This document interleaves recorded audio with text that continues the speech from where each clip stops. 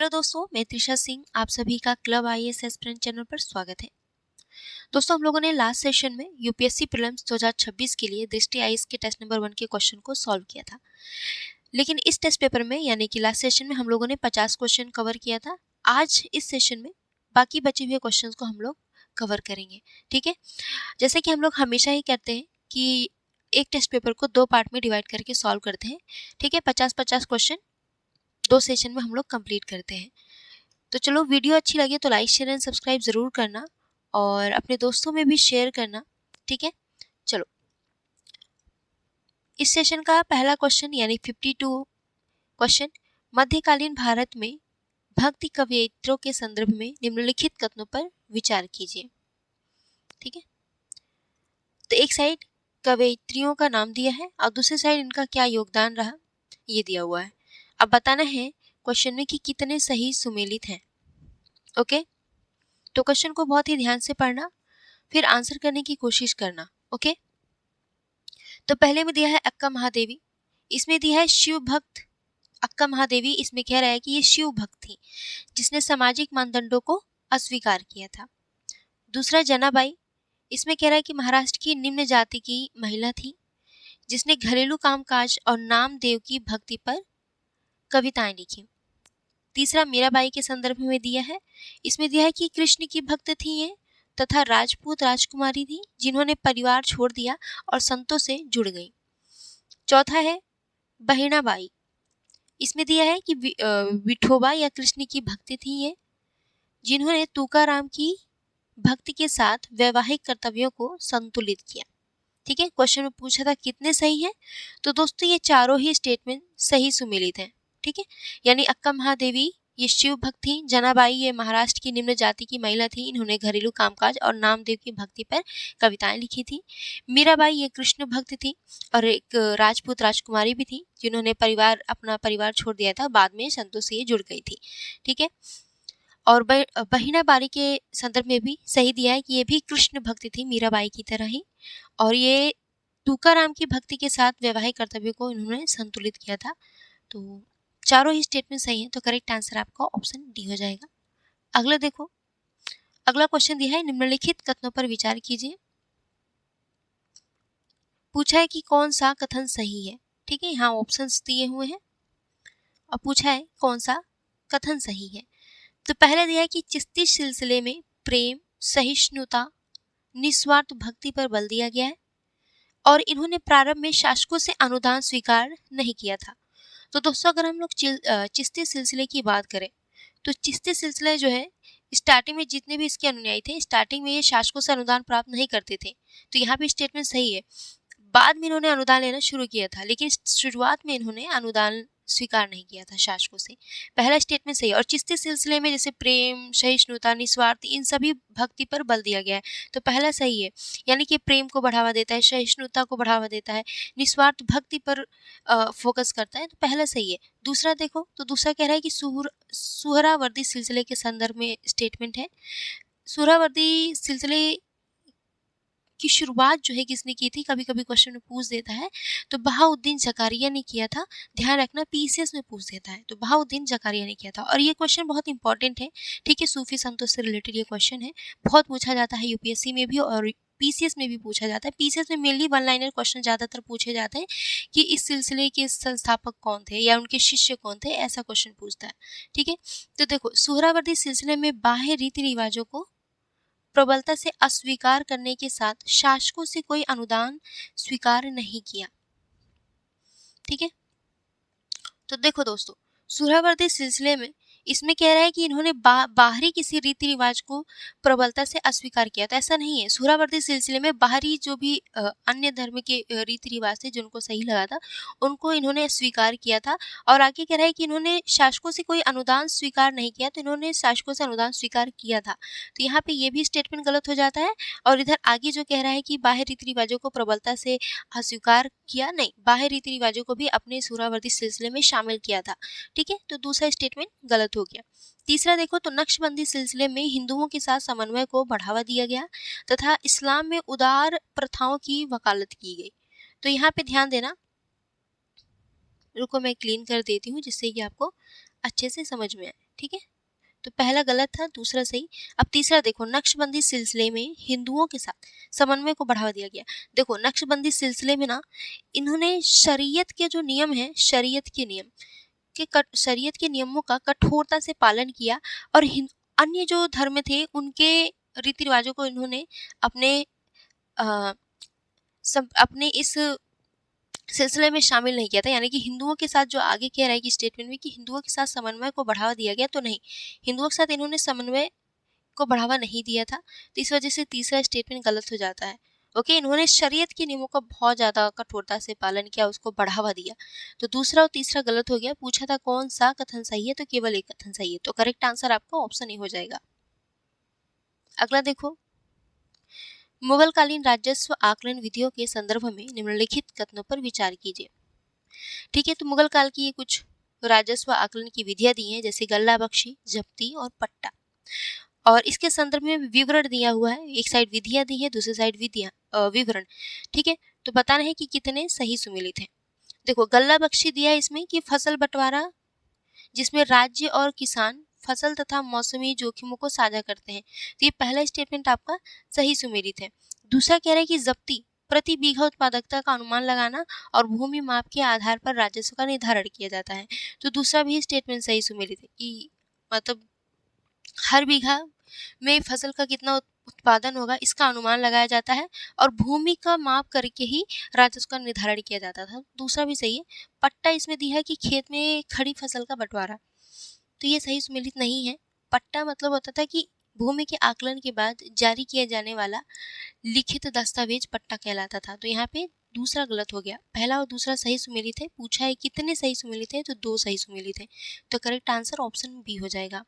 अगला देखो, जब आप लोग एनसीईआरटी पढ़ना, मॉडर्न मेडाइवल हिस्ट्री या एंशिएंट या मॉडर्न, एनसीईआरटी बेस्ट है हिस्ट्री के लिए। एनसीईआरटी पढ़ोगे तो आपका यहाँ पे जो डाउट है ना सब क्लियर हो जाएगा। ठीक है, तो क्वेश्चन पेपर लगाने के बाद एनसीईआरटी जरूर पढ़ लेना। चलो अगला क्वेश्चन देखो, निम्नलिखित कथनों पर विचार कीजिए। पूछा है कौन सा कथन सही है। पहला दिया है मुगल मनसबदारी प्रणाली में मनसबदारों को सामान्यतः नकद भुगतान करने के क्रम में अपना पद और दायित्व बनाए रखते हुए प्रत्यक्ष पारिश्रमिक प्रदान किया जाता था। ओके, दूसरा कह रहा है मासिक वेतन प्रणाली के तहत सैनिकों और घोड़ों की संख्या कम हुई थी, जिन्हें एक सरदार को अपना पद बदले बिना बनाए रखना होता था। बताइए कौन सा कथन सही है। बताओ आप लोग इसका आंसर क्या होगा। तो देखो पहला स्टेटमेंट देखो क्या कह रहा है।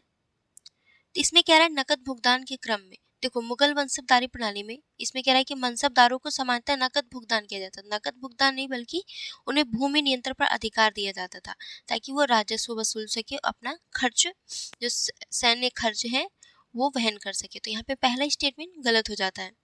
दूसरा स्टेटमेंट सही है, तो करेक्ट आंसर आपका ऑप्शन बी हो जाएगा। अगला देखिए, निम्नलिखित कथनों पर विचार कीजिए।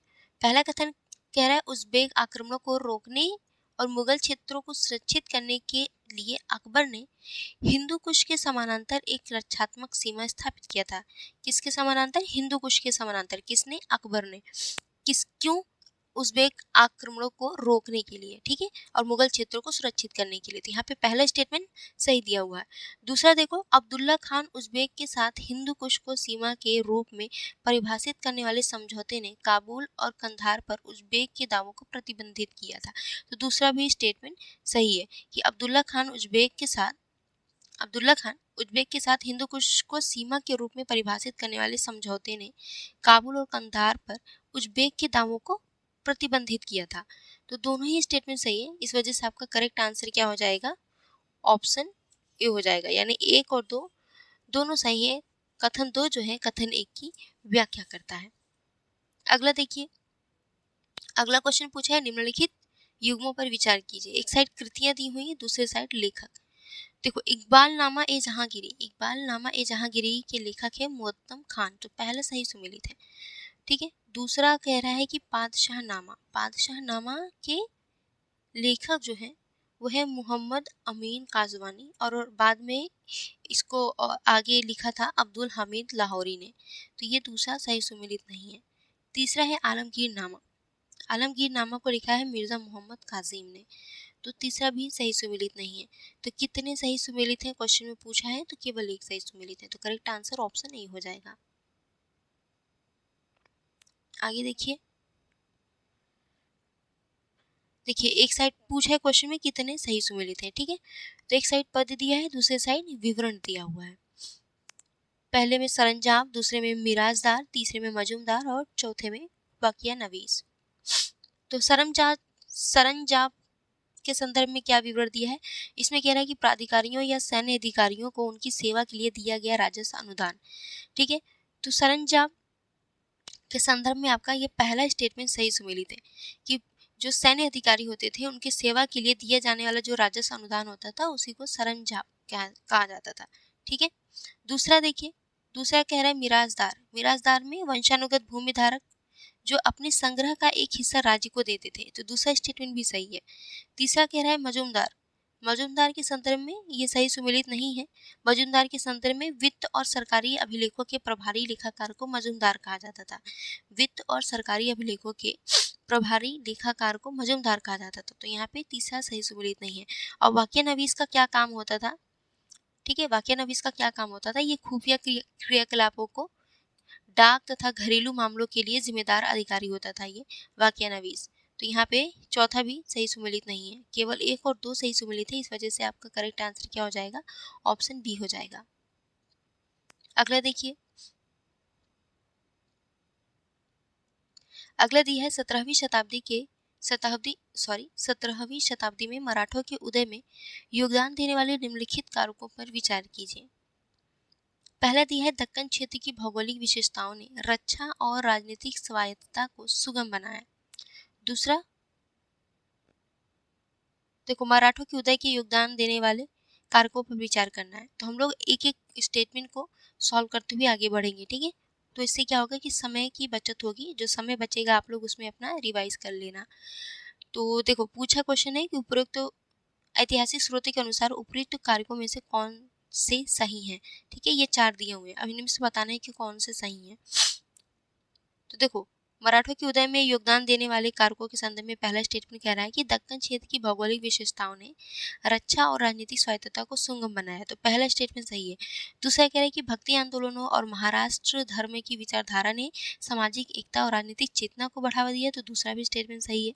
तीसरा कह रहा है बिना किसी प्रतिबंध के वंशानुगत देशमुखों को बढ़ावा देने की शिवाजी की नीति ने स्थानीय अभिजात वर्ग को मजबूत किया, तो यहाँ देखो तीसरा गलत हो जाता है, क्योंकि शिवाजी ने ये जो देशमुखों का जो वंशानुगत शक्तियाँ थी इसको समाप्त किया था, इसको कम किया था, ठीक है। वंशानुगत देशमुखों को बढ़ावा नहीं दिया था, तो इस वजह से तीसरा गलत हो गया।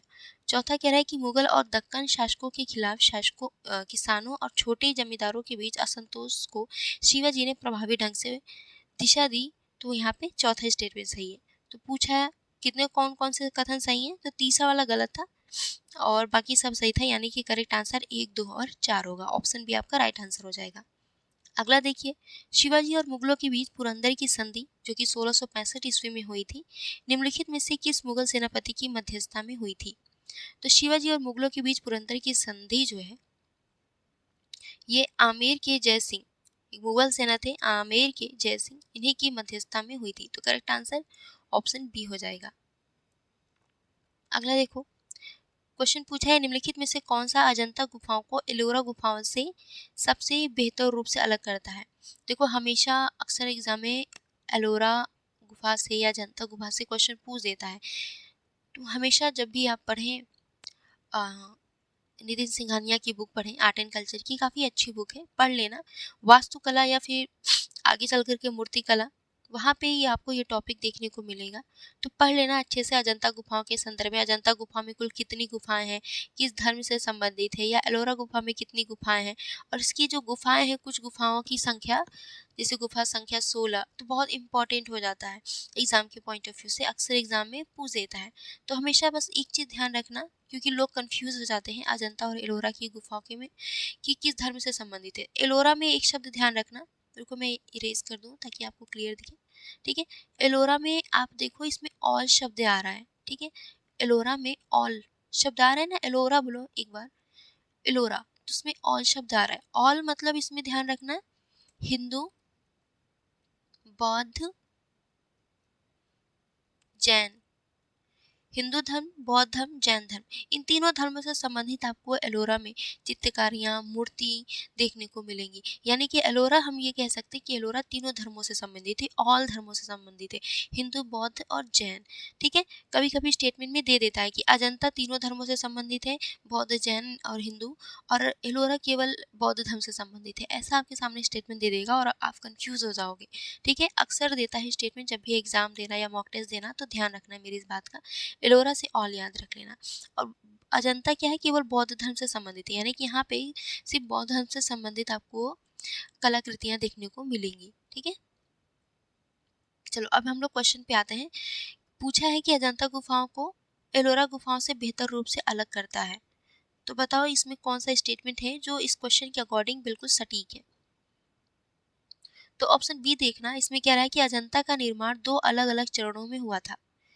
ठीक है, जो पूरी तरह से बौद्ध धर्म से, देखो मैंने कहा ना कि अक्सर क्वेश्चन में दे देता है, जो पूरी तरह से बौद्ध धर्म को समर्पित है, जबकि एलोरा का निर्माण कई शताब्दियों तक हुआ और इसमें 3 धर्मों के स्मारक हैं। ठीक है, तो इसलिए आपका करेक्ट आंसर क्या हो जाएगा, ऑप्शन बी हो जाएगा। देखो मैं सारे ऑप्शन इसलिए नहीं पढ़ रही हूँ कि आपका समय बचे। ठीक है, और इतना ज़्यादा स्टेटमेंट सारे ऑप्शंस को पढ़ने में बहुत वीडियो लंबी हो जाती है। दूसरा कि बोलते बोलते में फिर एग्जैक्ट आपके सामने जो आंसर होना चाहिए आप वो कैच नहीं कर पाते हो। मैं इतना सारा पढ़ूंगी तो आप कंफ्यूज जाओगे, तो इसलिए करेक्ट आंसर जो है आप वो ध्यान देना। बाकी आप लोग वीडियो पॉज करके अगर ऑप्शंस पढ़ना चाहो तो आप लोग पढ़ लेना। ठीक है, चलो तो देखो अजंता का निर्माण 2 अलग अलग चरणों में हुआ था। एक सातवाहन वंश के शासक के दौरान हुआ था और दूसरा वाकाटक वंश के दौरान हुआ था। सातवाहन वंश और वाकाटक वंश, ध्यान रखना। ठीक है, तो 2 अलग अलग चरणों में था और ये पूरी तरह से बौद्ध धर्म को समर्पित है। आगे देखो एलोरा इसका निर्माण जो है बहुत अलग अलग कई शताब्दियों तक होता रहा इसका निर्माण, और ये 3 धर्मों से संबंधित है, बौद्ध, जैन और हिंदू। ठीक है, चलो अब आगे देखते हैं हम लोग।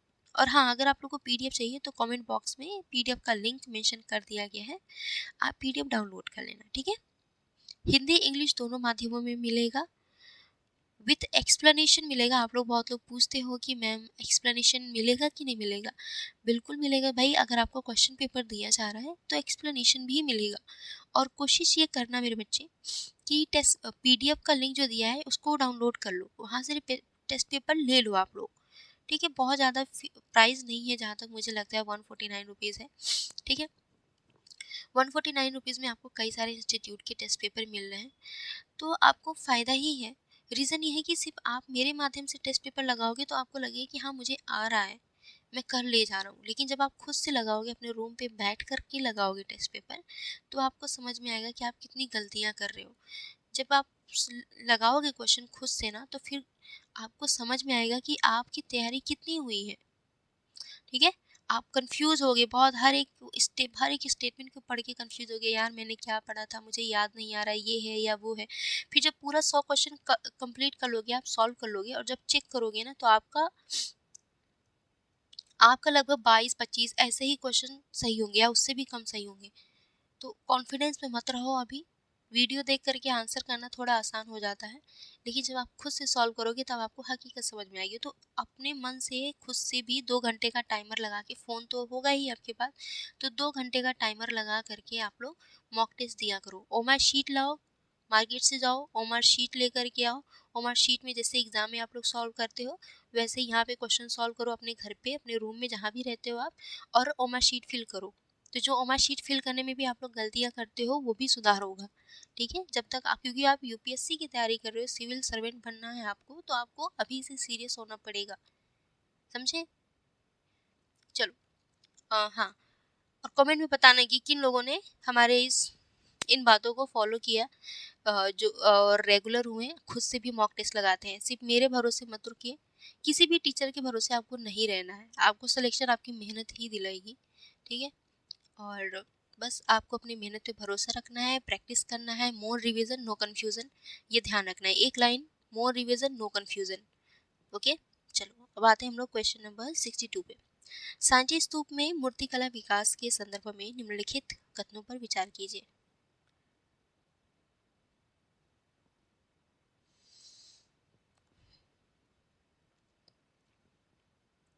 ठीक है, तो निम्नलिखित कथनों पर विचार कीजिए सांची स्तूप में मूर्ति कला विकास के संदर्भ में। तो पहला कथन देखो क्या दिया हुआ है कि सांची स्तूप में ऊपरी और निचली दोनों प्रदक्षिणा पथ या परिक्रमा पथ है।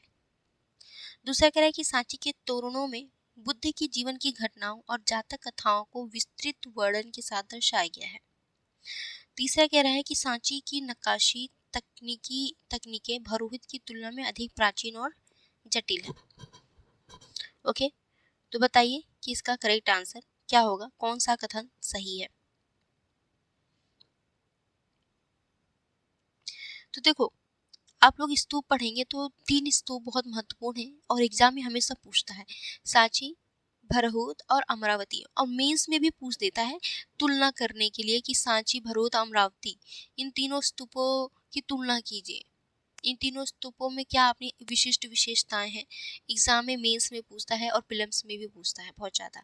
ठीक है, चलो अब देखो, तो सांची स्तूप में आपको सांची स्तूप का पता होना चाहिए कि इसका स्ट्रक्चर, स्तूप का स्ट्रक्चर सारा पता होना चाहिए कि वेदिका क्या होता है, तोरण क्या होता है, हर्मिका क्या होता है, अंड क्या होता है, ठीक है, प्रदक्षिणा पथ क्या होता है, छत्रशिलाएं क्या होती है, आपको पता होना चाहिए। और ये पता कैसे होगा, जब आप अपना नोट्स रिवाइज करोगे, ज्यादा से ज्यादा आप बुक्स पढ़ोगे। ठीक है, जिस भी आप बुक को फॉलो करते हो उसी बुक से रिवाइज करना, अलग अलग बुक के चक्कर में मत पढ़ना। ठीक है, चलो पहला देखो, तो सांची स्तूप में ऊपरी और निचले प्रदक्षिणा पथ या परिक्रमा पथ है, तो यहाँ पे पहला स्टेटमेंट सही है। ओके, दूसरा कह रहा है कि सांची के तोरण, तोरण क्या होता है, तोरण द्वार। अच्छा, गांव में बहुत सारे लोग देखेंगे आप दरवाजे पे ऐसे तोरण लटकाए होते हैं, ऐसे फूल वूल लटका होता है, डोरी में बहुत सारे फूल बंधे होते हैं, इसको ऐसे यहाँ से दरवाजे के पास लटका देते हैं, उसको शायद तोरण कहते हैं, है ना। इसी तरीके से यहाँ पे देखिए द्वार होता है, ये जैसे ये स्तूप हो गया, स्तूप के चारों ओर वेदिका होती है, वेदिका मतलब रेलिंग, रेलिंग होती है, और चारों दिशाओं में एक एक द्वार होता है, ऐसे चारों दिशाओं में एक एक द्वार होता है, इसी को तोरण द्वार कहते हैं। ठीक है, इसी को तोरण कहते हैं। और ये जो तोरण होता है आप देखेंगे अलग अलग स्ट्रक्चर में हर जगह तोरण कुछ इस तरह से, मतलब प्रवेश द्वार होता है, ऐसा बना होता है, बहुत अच्छा लगता है देखने में, और पत्थर का बना होता है, कुछ इस तरह से स्ट्रक्चर बना होता है, मैंने अच्छा बना दिया। और इसी ये जो स्ट्रक्चर है, यहाँ पे ये जो जगह आपको दिख रहा है खाली खाली, इसी पे बुद्ध जी की या तो ऐसी कलाकृतियां बनी होती हैं, या फिर उनके पूर्व जन्म, या फिर कहे तो जातक कथाओं से रिलेटेड यहाँ पे आपको कलाकृतियां या शिल्पांकन देखने को मिलेगा। बुद्ध जी बैठे हुए हैं, कुछ हाथी घोड़ा ऐसे बने हुए रहते हैं, इसी को कहते हैं तोरण। ठीक है, तो दूसरा देखो, तो सांची के तोरणों में बुद्ध के जीवन की घटनाओं और जातक कथाओं को विस्तृत वर्णन के साथ दिखाया गया है या दर्शाया गया है, तो दूसरा स्टेटमेंट भी सही है आपका। तीसरा लेकिन जो कह रहा है कि सांची की जो नक्काशे हैं, नक्काशी तकनीकें हैं इस पे, कि भरोहित की तुलना में बहुत अधिक प्राचीन है, तो प्राचीन नहीं है, भरोहित की तुलना में प्राचीन नहीं है, तो यहाँ पे तीसरा स्टेटमेंट गलत हो गया, नवीन है। तीसरा गलत हो गया, पहला और दूसरा सही है, तो करेक्ट आंसर क्या हो जाएगा, ऑप्शन ए हो जाएगा। अब देखो, मंदिर का प्रकार दिया हुआ है, इसके संदर्भ में क्वेश्चन पूछा है, मंदिर में कौन सा दिया है, नागर मंदिर, नागर मंदिर वास्तुकला। देखो, मंदिर जब आप लोग पढ़ोगे तो नागर, बेसर और द्रविड़ पढ़ोगे। ठीक है, नागर शैली के अंतर्गत भी बहुत सारी उपशैलियां आती हैं, बेसर शैली के अंतर्गत भी बहुत सारी उपशैलियां आती हैं, यानी कि क्षेत्रीय अलग अलग जगहों की अपनी कुछ विशेषताएं होती हैं, तो कुछ क्षेत्रीय प्रभाव भी देखने को मिलेगा, इसलिए इसको अलग अलग उपशैलियों में भी बांटा गया है। जैसे नागर की अलग अलग उपशैली है, बेसर की अलग अलग उपशैली है, द्रविड़ की भी अलग अलग उपशैली है। ठीक है, ऐसे नागर मंदिर की वास्तुकला में मंदिर का प्रकार है, जैसे लैटिना या रेखा प्रसाद, हमसाना या वल्लभी, इसके संदर्भ में क्वेश्चन पूछा हुआ है। तो विशेषताएं दी हुई है, लैटिना या रेखा प्रसाद, इसमें दिया है चैत्य गुफा के समान एक वैगन वॉल्टेड छत वाला आयताकार हॉल, तो यहाँ पे पहला गलत हो गया। ये जो लैटिन या रेखा प्रसाद है, इसमें इसमें क्या विशेषता होती है मंदिर की, कि वर्गाकार आधार होता है। ठीक है, वर्गाकार आधार होता है, और अंदर की ओर जो है मुड़ी हुई नुकीली चोटी वाली दीवारें होती हैं, तो इसकी ये विशेषता है। तो यहाँ पे पहला वाला गलत हो गया। फमसाना देखो दूसरा, तो इसमें कह रहा है कि कम ढलान वाली स्लैबों के साथ चौड़े आधार और कम ऊंचाई वाली संरचना जो सीधी रेखा में झुकी प्रतीत होती है। तो दूसरा स्टेटमेंट सही है। ये देखो आपको पता चलेगा तब जब आप अच्छे समझ पाओगे, जब आप इमेज में देखोगे। ठीक है, इमेज में एक बार जरूर देख लेना। तीसरा है वल्लभी। वल्लभी के संदर्भ में दिया है कि इसमें कि मीनार जिसकी दीवारें अंदर की ओर मुड़ी होती हैं और शीर्ष नुकीला और तथा आधार वर्गाकार होता है, तो ये भी सही सुमेलित नहीं है। वल्लभी में क्या होता है, एक आयताकार इमारत जैसी संरचना होती है, तो ये भी तीसरा गलत हो गया। कितने सही सुमेलित हैं, तो केवल एक सही सुमेलित है, इस वजह से आपका आंसर ऑप्शन ए हो जाएगा।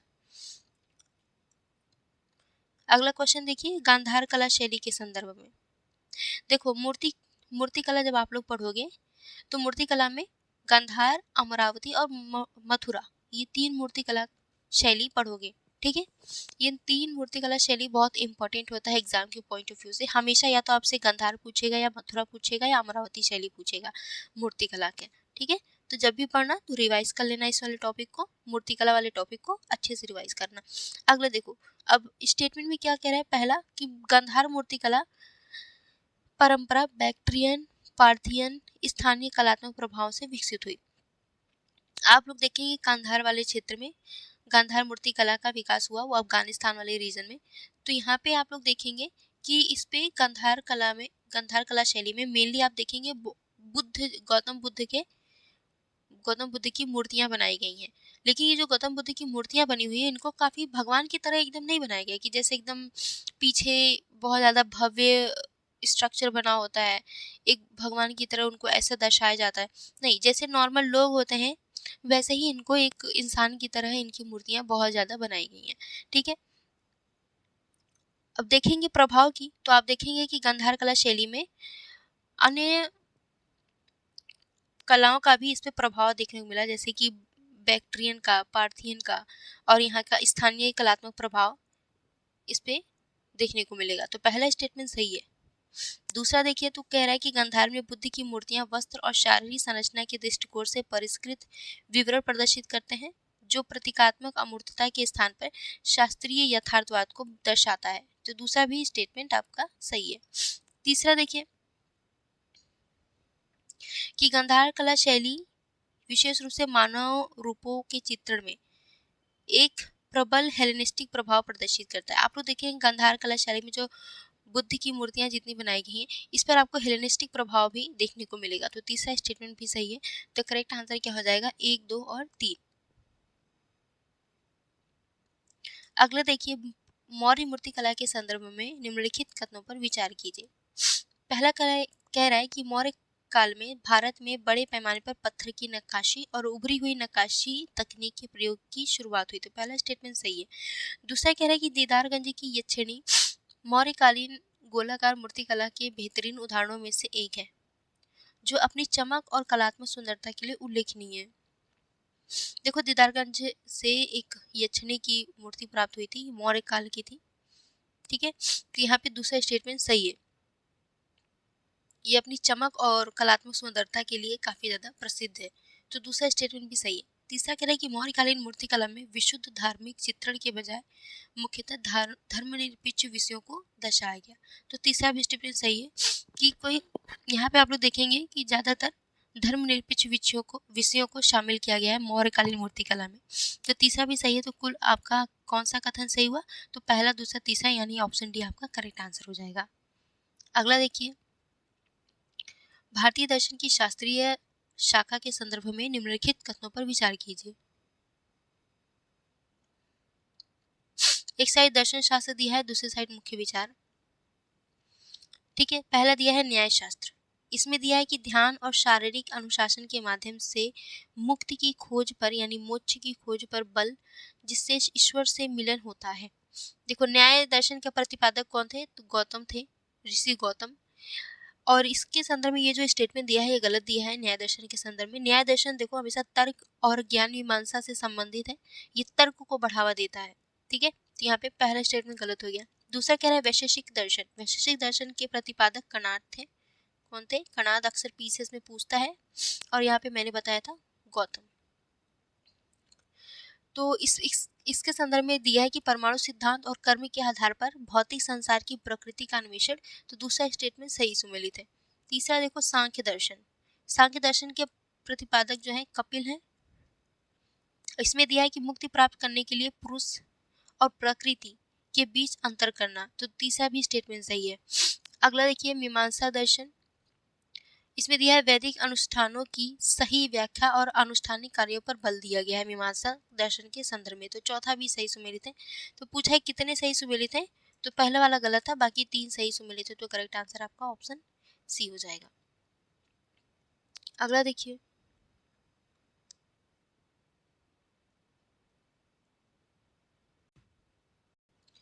ठीक है, क्वेश्चन पढ़िए आप लोग।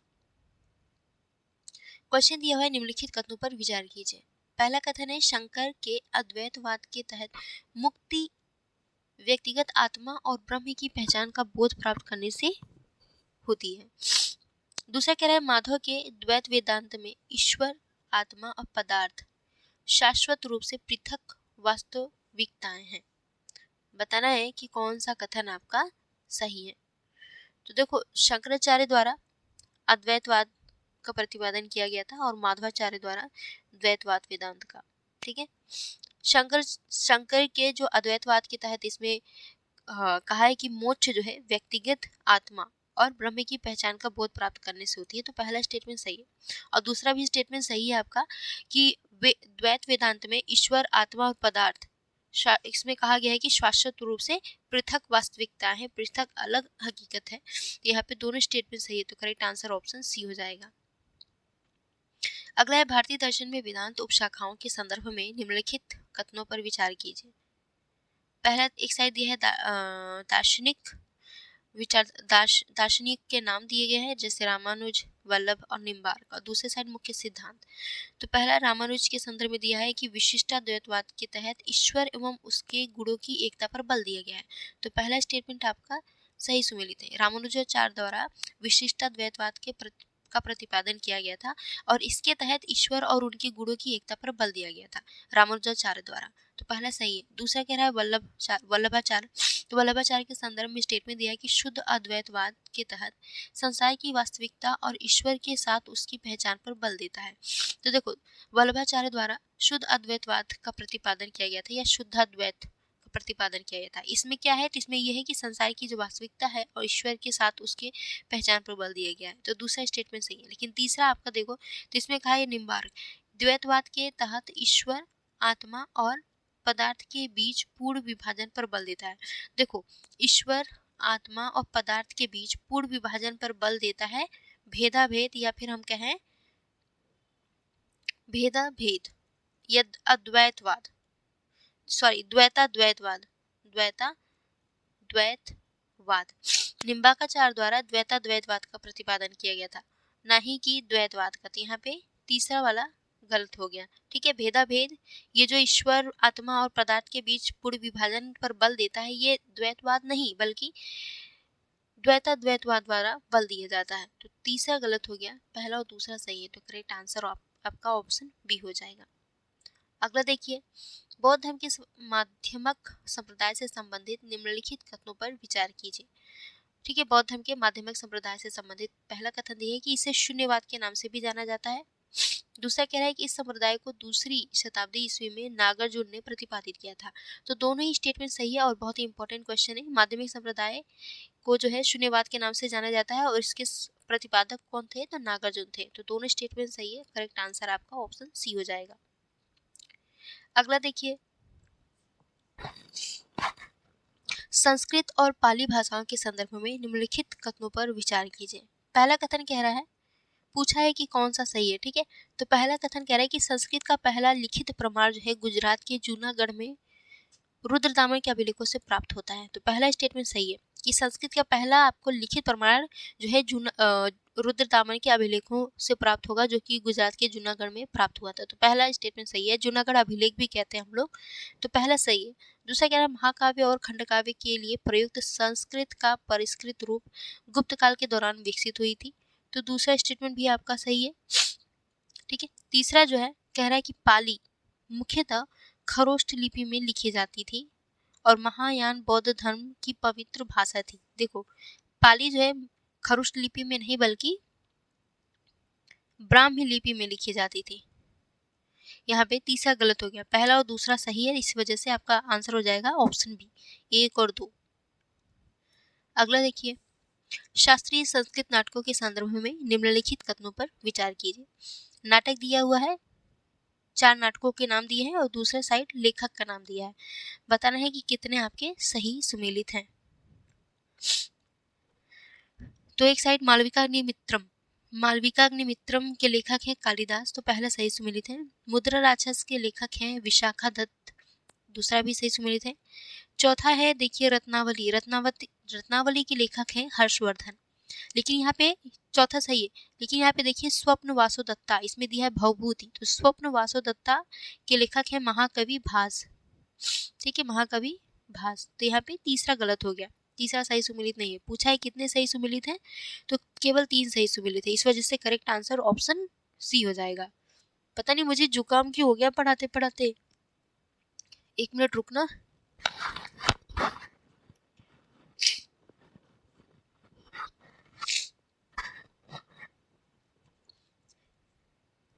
बात क्या है, कल मैं बहुत सारा काम की, साफ सफाई, खास करके पानी में मैं बहुत सारा काम करी, जैसे कपड़े धुलना, स्वेटर धुलना, इस वजह से मुझे ना जुकाम हो गया।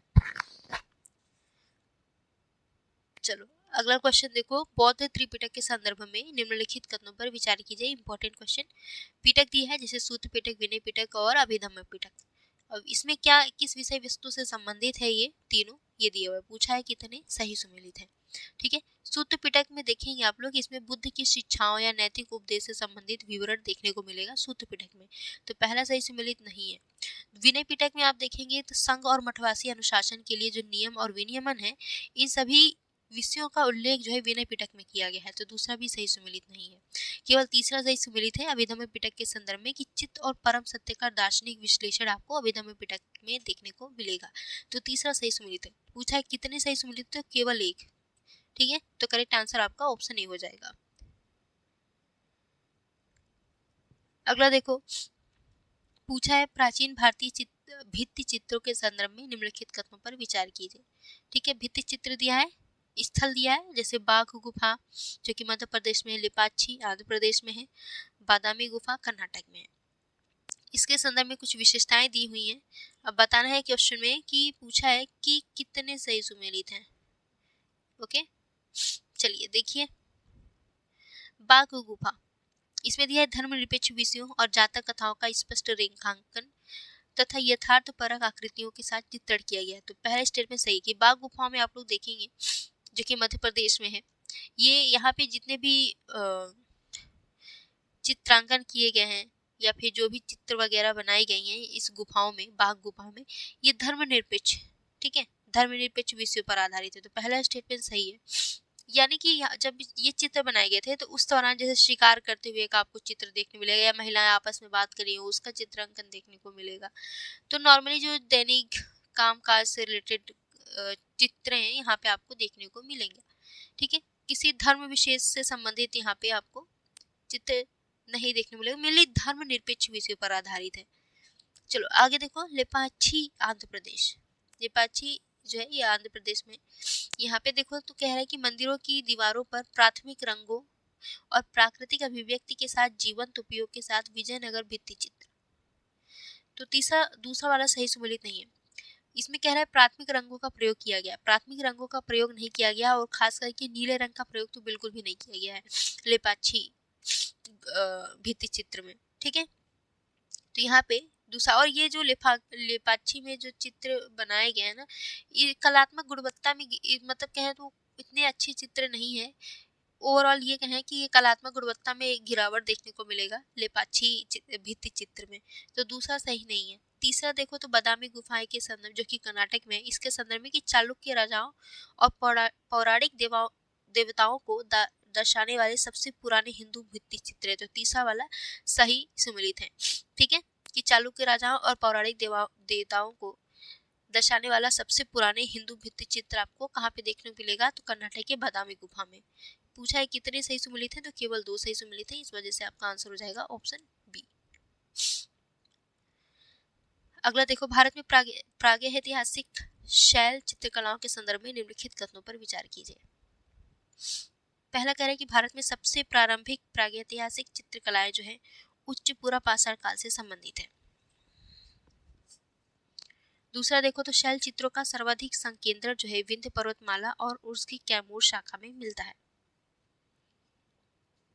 तो दोस्तों ये दोनों ही कथन सही हैं। आप लोग देखेंगे कि सबसे प्रारंभिक प्रागैतिहासिक चित्रकलाएं जो है उच्च पूरा पाषाण काल से संबंधित हैं, ठीक है। और अगर हम बात करें कि जो शैल चित्र है या फिर गुफाओं में जो चित्र सबसे ज्यादा कहाँ पाए गए हैं, तो विंध्य पर्वतमाला में, और उसी की एक शाखा है कैमूर शाखा, इसमें देखने को मिलेगा। तो दोनों ही स्टेटमेंट सही है, तो आंसर हो जाएगा ऑप्शन सी। अगला देखो, पाल और अपभ्रंश कला शैलियों के संदर्भ में निम्नलिखित कथनों पर विचार कीजिए, ठीक है। ये सभी जो है पाल और अपभ्रंश कला शैली चित्रकला से संबंधित है। तो पहला देखो, पहला स्टेटमेंट क्या कह रहा है कि पाल कला शैली मुख्यतः बौद्ध संरक्षण में विकसित हुई और इसकी चित्रकारी जो है ताड़ पत्रों पर की जाती थी। तो पहला स्टेटमेंट सही है। पाल कला शैली जो है ये बुद्ध संरक्षण में विकसित हुई थी और मेनली इस पे जो ज्यादातर इस कला शैली के अंतर्गत जो चित्रकारियां की गई हैं ताड़ पत्रों पर की गई है। ये चीज ध्यान रखना, पाल कला शैली के अंतर्गत इंपॉर्टेंट है। दूसरा देखो, तो दूसरा कह रहा है कि अपभ्रंश कला शैली की उत्पत्ति जो है गुजरात और मेवाड़ में हुई और प्रारंभ में इसके तहत जैन विषयों पर ध्यान केंद्रित किया गया और बाद में फिर जो है इसमें वैष्णव विषयों को भी शामिल किया गया। तो दूसरा स्टेटमेंट भी सही है। अपभ्रंश कला शैली की उत्पत्ति कहाँ पे हुई थी, ध्यान रखना गुजरात और मेवाड़ में हुई थी। स्टार्टिंग में जैन विषयों पर, स्टार्टिंग में आप लोग देखेंगे अपभ्रंश कला शैली के अंतर्गत जैन विषयों संबंधित चित्रकलाएं बनाई जाती थी, लेकिन बाद में वैष्णव धर्म को शामिल किया गया। इसमें वैष्णव धर्म से संबंधित चित्रकारियां भी की जाने लगी थी। तो दूसरा स्टेटमेंट भी सही है। तीसरा देखो क्या कह रहा है कि पाल चित्रकला को समूह रचनाओं के लिए जाना जाता है। देखो पाल चित्रकला में आप लोग देखेंगे तो सिंगल चित्रकारियां की जाती थी, यानी एकल चित्रकारियां पर बल दी गई है। ज्यादातर आप लोग देखेंगे जो चित्र बनाए गए हैं सिंगल चित्र बनाए गए, यानी कि कोई मान लो किसी में ऐसे सिर्फ कृष्ण जी का बना दिया गया है या फिर किसी मनुष्य का एक एक चित्र, यानी एक एक इंसान का चित्र देखने को मिलेगा। और आगे देखो क्या कह रहा है कि अपभ्रंश चित्रकला के तहत एकाकी आकृतियों पर बल दिया गया। नहीं, अपभ्रंश चित्रकला में समूह में चित्रकारी बनाई गई, यानी कि जितने लोग आप चित्र देखेंगे तो कई सारे लोगों की आकृति बनी होगी, ग्रुप में लोगों को दर्शाया गया होगा। लेकिन पाल में देखेंगे आप लोग तो सिंगल लोगों का चित्र बनाया गया है, ग्रुप में लोगों का चित्रकारी नहीं की गई है, ठीक है। तो यहाँ पे तीसरा गलत है, पहला और दूसरा सही है, तो करेक्ट आंसर ऑप्शन ए हो जाएगा। आप लोग इस क्वेश्चन को पढ़ो फिर मैं बताती हूँ इसका आंसर।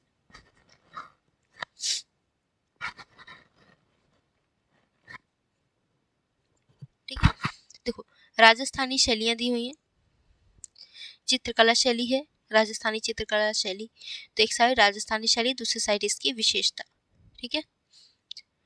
मेवाड़ शैली, इसमें दिया है दरबारी जीवन का चित्रण। मेवाड़ शैली में दरबारी जीवन का चित्रण और नगर के विस्तृत दृश्य दर्शाने वाली तमाशा का चित्रकला। तो पहला स्टेटमेंट सही है। मेवाड़ शैली के अंतर्गत आप लोग देखेंगे दरबारी जीवन का चित्रण, जैसे लोग दरबार में बैठे होते हैं, जिस तरह की एक्टिविटी होती है दरबार में, उससे संबंधित चित्रण देखने को मिलेगा मेवाड़ शैली के अंतर्गत। और तमाशा चित्रकला भी इसके अंतर्गत ही शामिल है मेवाड़ शैली में। तो पहला स्टेटमेंट सही है। दूसरा किशनगढ़ शैली, इसमें सावंत सिंह या सावंत जय सिंह और बनी ठनी की रोमांटिक किंवदंतियां, राधा कृष्ण की भक्तिपूर्ण चित्रण किशन शैली के या किशनगढ़ शैली के अंतर्गत शामिल है, ठीक है। आप लोग देखेंगे राजस्थान की जो बनी ठनी की चित्र है बहुत फेमस है, ये जो चित्र है इसी किशनगढ़ शैली के अंतर्गत ही बनाई गई है। तो दूसरा स्टेटमेंट भी सही है। तीसरा देखिए तो बूंदी शैली, ये मुगल दरबार के दृश्यों और अकबर तथा जहांगीर के चित्रों पर आधारित चित्रकला है। तो यहाँ पे तीसरा स्टेटमेंट गलत हो जाता है, ये अकबर और जहांगीर के चित्रों पर आधारित चित्रकला नहीं है, ठीक है, तीसरा गलत हो गया। चौथा देखिए बीकानेर शैली, इसमें दिया लघु चित्रों में सूक्ष्म रेखाओं, मुगल प्रभाव और सौम्य रंगों के लिए प्रसिद्ध है। तो चौथा स्टेटमेंट सही है, ये लघु चित्र है बीकानेर शैली, ठीक है। इसमें आप लोग देखेंगे कि मुगल प्रभाव देखने को मिलेगा और बहुत ही सौम्य रंगों का प्रयोग किया गया है चित्रकारी बनाने के लिए बीकानेर शैली के अंतर्गत। तो कुल कितने कथन सही हुए आपके, 3 सही हुए, 1, 2 और 3, ठीक है। तो करेक्ट आंसर आपका ऑप्शन सी हो जाएगा।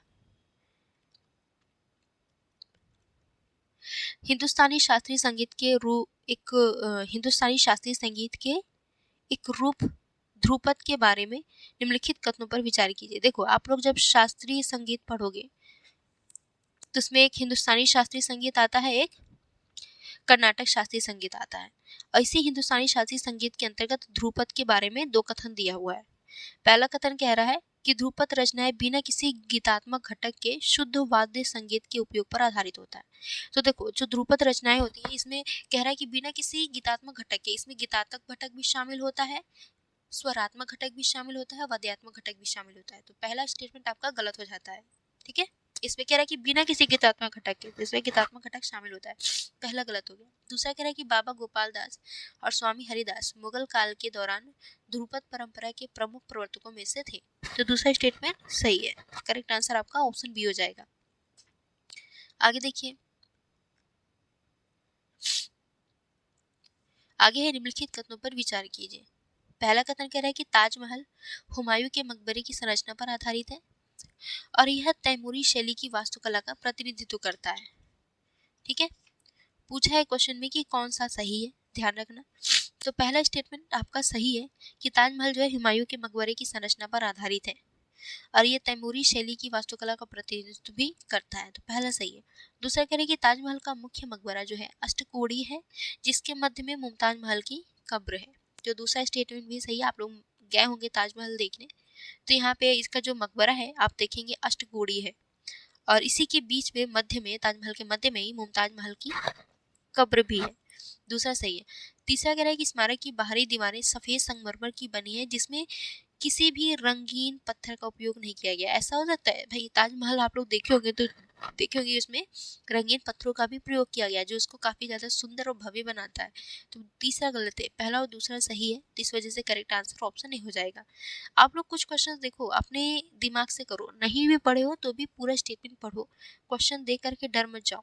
यहाँ पे दिया है कि बिना किसी भी रंगीन पत्थर का उपयोग नहीं किया गया है। भाई ताजमहल की फोटोज देखे होंगे, ठीक है, कहीं ना कहीं रंगीन पत्थर तो प्रयोग हुआ ही है। तो ऐसे कैसे हो सकता है कि कोई रंगीन पत्थर का प्रयोग नहीं हुआ होगा।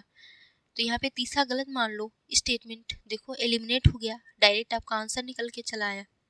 तो क्वेश्चन देख के डरा मत करो, एग्जाम में पहले पूरा स्टेटमेंट पढ़ो, क्या पता आपको ऐसे कुछ पॉइंट्स मिल जाए, ऐसे कुछ नफ्स मिल जाए जिससे आप उसकी कमजोरी समझ लो, है ना। तो क्वेश्चन को पूरा पढ़ो, उसमें देखो कि कौन सा पॉइंट है जो थोड़ा कमजोर पड़ रहा है। फिर स्टेटमेंट में देखो, ऑप्शन में देखो कि कौन सा एलिमिनेट हो रहा है। एलिमिनेट हो जाए तो डायरेक्ट आंसर निकाल लो आप लोग। नृत्य रूप दिया है क्वेश्चन में, देखो विशेषताएं दी हुई हैं, जैसे सत्रिया, कथक, कुचिपुड़ी, भरतनाट्यम, ये सभी शास्त्रीय नृत्य हैं, ठीक है। पूछा है कि कौन से कितने कथन सही, कितने सही सुमेलित हैं, ये क्वेश्चन में पूछा हुआ है। सत्रिया जो है, सत्रिया नृत्य असम का शास्त्रीय नृत्य है।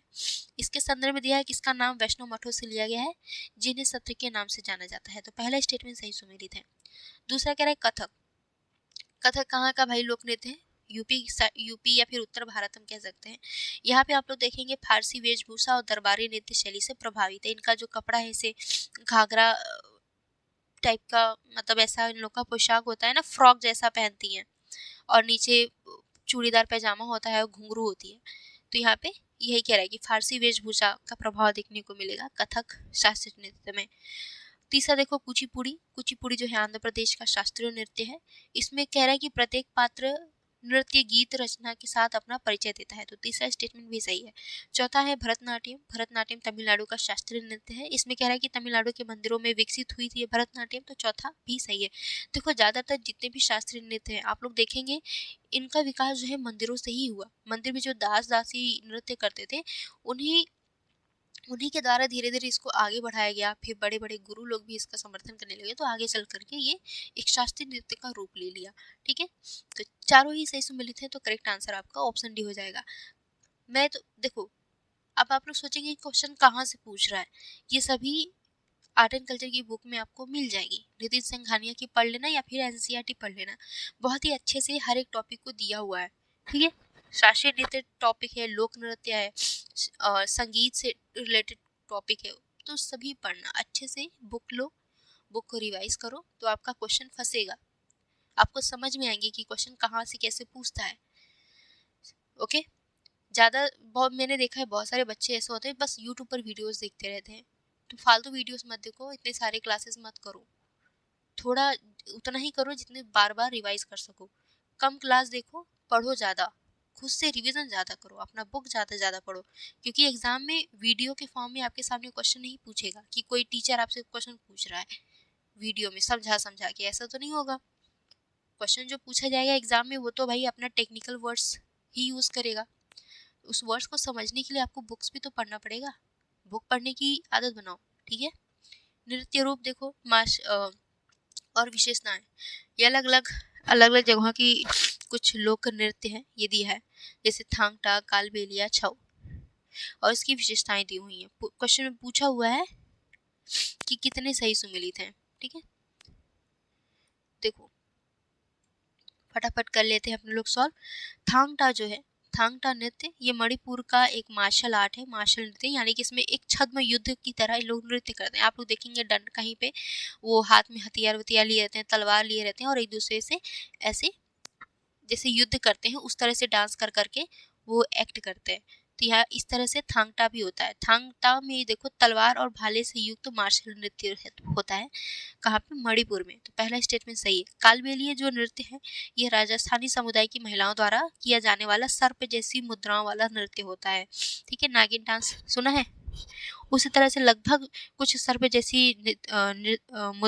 जैसी मुद्राओं वाला कुछ डांस होता है राजस्थान में, तो इसी को कालबेलिया कहा जाता है, कालबेलिया नृत्य। दूसरा देखो, दूसरा तो गलत हो गया, तीसरा देखो छऊ नृत्य। छऊ नृत्य जो है आपका झारखंड, उड़ीसा, पश्चिम बंगाल साइड प्रसिद्ध है। इसमें क्या होता है, तो इसमें पौराणिक कहानियों को व्यक्त करने के लिए ओजपूर्ण मार्शल गतिविधियों का उपयोग करते हुए एक मुखौटा नृत्य है, ठीक है। इसमें क्या क्या किया जाता है भाई, चेहरे पे एक मुखौटा पहन के नृत्य किया जाता है, ये भी एक मार्शल आर्ट है, ठीक है। तीसरा भी गलत हो गया, केवल एक सही सुमेलित है, इस वजह से आपका करेक्ट आंसर कौन सा हो जाएगा, केवल एक हो जाएगा। ओके, अगला देखिए, निम्नलिखित कथनों पर विचार कीजिए। पहला है रम्मन हिमाचल प्रदेश का एक अनुष्ठानिक नाट्य है जो भगवान शिव के सम्मान में किया जाता है और यूनेस्को द्वारा मान्यता प्राप्त है। तो देखो रम्मन जो है यहाँ पे कह रहा है हिमाचल प्रदेश का एक अनुष्ठानिक नाट्य है, तो हिमाचल प्रदेश का नहीं बल्कि उत्तराखंड के गढ़वाल क्षेत्र का अनुष्ठानिक नाट्य है, तो पहला स्टेटमेंट गलत हो गया। यक्षगान, दूसरा स्टेटमेंट देखो, यक्षगान आंध्र प्रदेश और कर्नाटक का एक पारंपरिक नृत्य नाटक रूप है जो विजयनगर साम्राज्य से संबंधित है, तो दूसरा स्टेटमेंट सही है। यक्षगान से क्वेश्चन बहुत पूछता है, ध्यान रखना ये आंध्र प्रदेश और कर्नाटक का एक पारंपरिक नृत्य है और ये विजयनगर साम्राज्य से संबंधित है। तीसरा है थेयम, थेयम केरल का एक अनुष्ठानात्मक प्रदर्शन है जो कर्नाटक के भूत कोला के समान है, तो तीसरा भी सही है। क्वेश्चन पूछा था कौन सा सही है, तो दूसरा और तीसरा सही सुमेलित है, दूसरा और तीसरा स्टेटमेंट सही है, पहला वाला गलत है, तो आंसर ऑप्शन बी हो जाएगा। अगला देखो, मेहराबों के नीचे निर्मित कमल की कली वाले किनारे के रूप में जाने जाने वाली स्थापत्य विशेषताएं निम्नलिखित में से किस राजवंश के शासनकाल के दौरान शुरू की गई थी। तो कमल की कली वाले किनारे, देखिए आप लोग कुछ इस तरह से स्ट्रक्चर बना होता है बहुत सारी जगहों पे, और इस तरह से नीचे भी कुछ इसके नीचे स्ट्रक्चर बना रहता है, इसको ताकि सुंदर दिखाया जा सके और ज़्यादा भव्य बनाया जा सके। तो ये जो कमल की कली वाले किनारे हैं ये किस राजवंश के शासनकाल के दौरान शुरू हुई थी, तो खिलजी राजवंश के शासनकाल के दौरान शुरू हुई थी। अब बहुत इंपॉर्टेंट है, क्वेश्चन में पूछ देता है। अब इसको आपको याद कैसे करना है, बहुत लोग कंफ्यूज हो जाते हैं। तो कमल क्या होता है भाई, खिलता है ना, कमल क्या होता है, खिलता है, तो कमल खिलता है तो खिलजी याद कर लेना, ठीक है। खिलजी, कमल की कली वाले किनारे, ये जो आपको स्ट्रक्चर देखने को मिलेगा खिलजी वंश के शासनकाल के दौरान शुरू हुआ था। अगला देखिए, निम्नलिखित कथनों पर विचार कीजिए। पहला कथन कह रहा है कि तुगलक काल के स्थापत्य में चतुष्कोणीय मेहराबों को एक सहायक बीम से सुदृढ़ किया गया। दूसरा कह रहा है कि तुगलक काल के मकबरे सामान्यतः अष्टकोणीय योजना के अनुरूप थे जिसे बाद में मुगलों ने पूर्ण किया था। तो ये दोनों ही स्टेटमेंट सही है। तुगलक काल के स्थापत्य में जो चतुष्कोणीय मेहराब थे इनको एक सहायक बीम से मजबूती प्रदान की गई थी, तो पहला सही है और दूसरा भी सही है, तो करेक्ट आंसर ऑप्शन सी हो जाएगा। अगला देखिए, लेपाक्षी और हम्पी जैसे मंदिरों में देखे जाने वाले विजयनगर भित्ति चित्र की प्रमुख विशेषताएं। लेपाक्षी और हम्पी जैसे मंदिरों में देखे जाने वाले विजयनगर भित्ति चित्र की प्रमुख विशेषता क्या है? तो इसमें देखेंगे आप लोग कि रेखीय लय, शैलीबद्ध मानव आकृतियां और सीधी रेखाओं वाले पैनलों में कथात्मक रचनाएं देखने को मिलेगा। तो करेक्ट आंसर आपका ऑप्शन डी हो जाएगा।